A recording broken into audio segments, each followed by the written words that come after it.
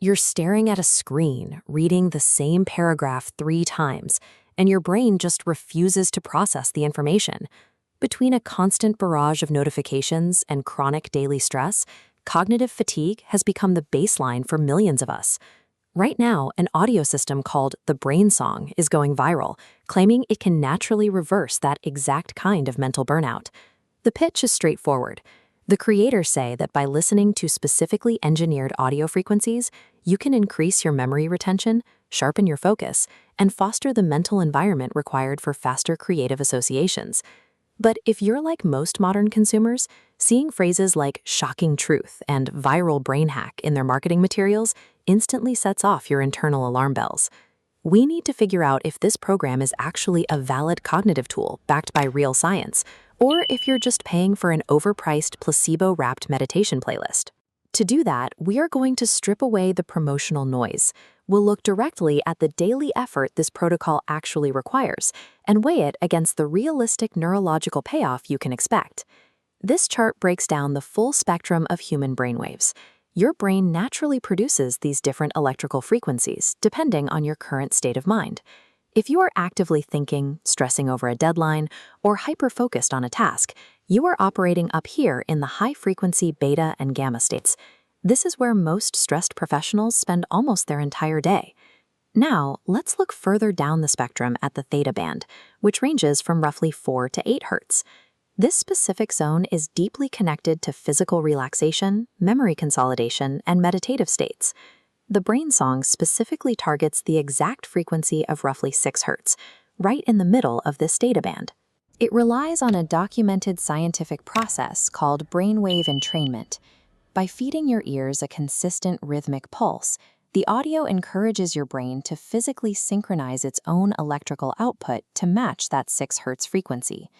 The underlying neuroscience of 6 Hz entrainment is well researched, but the way this mechanism actually impacts your daily routine is much slower and far more subtle than the marketing implies. This flowchart illustrates the required time investment. The protocol demands 15 to 30 minutes of daily listening. Over weeks, this sustained practice creates cumulative neural conditioning, strengthening your focus. The catch is that skipping days disrupts this habit loop entirely, requiring rigid behavioral adherence. This is a slow conditioning process. If you drink a cup of coffee, you feel a spike in energy 20 minutes later.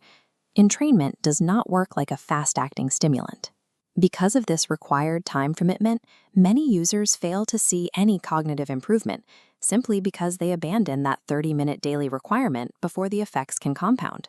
This works as a passive acoustic habit, where progress is measured in small, cumulative gains that only manifest through strict daily consistency.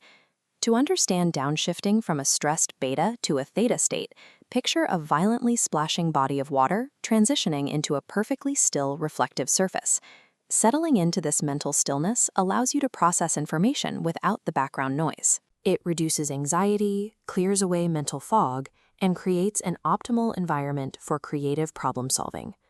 But that deep relaxation sits in stark contrast to the aggressive, hyper-focused energy people usually expect when they purchase productivity tools. The 4 to 8 Hz range of theta waves borders directly on the delta wave frequencies your brain produces when you are fast asleep. Because of this overlap, a frequent side effect reported by users is feeling sleepy or lethargic during sessions, rather than alert and energized.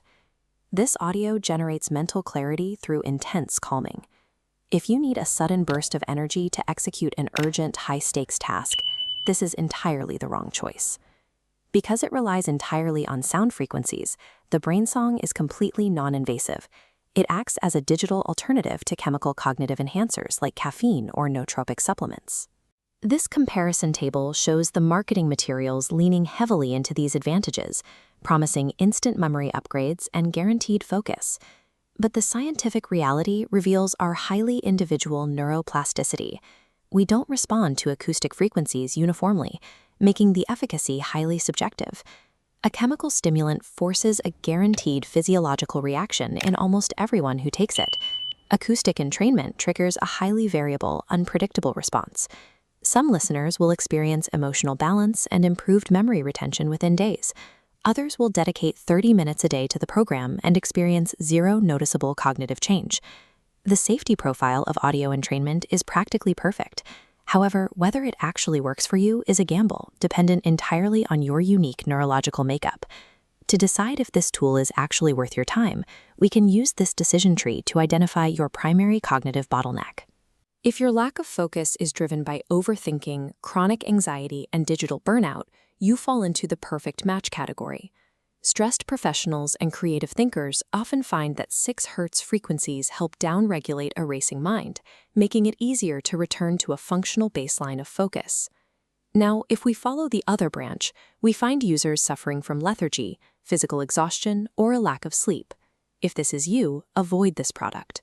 Pushing an already exhausted brain closer to a sleep state with theta waves will likely just induce an unexpected nap rather than driving productivity.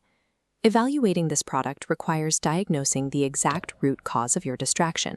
You have to know why you are losing focus before you try to fix it.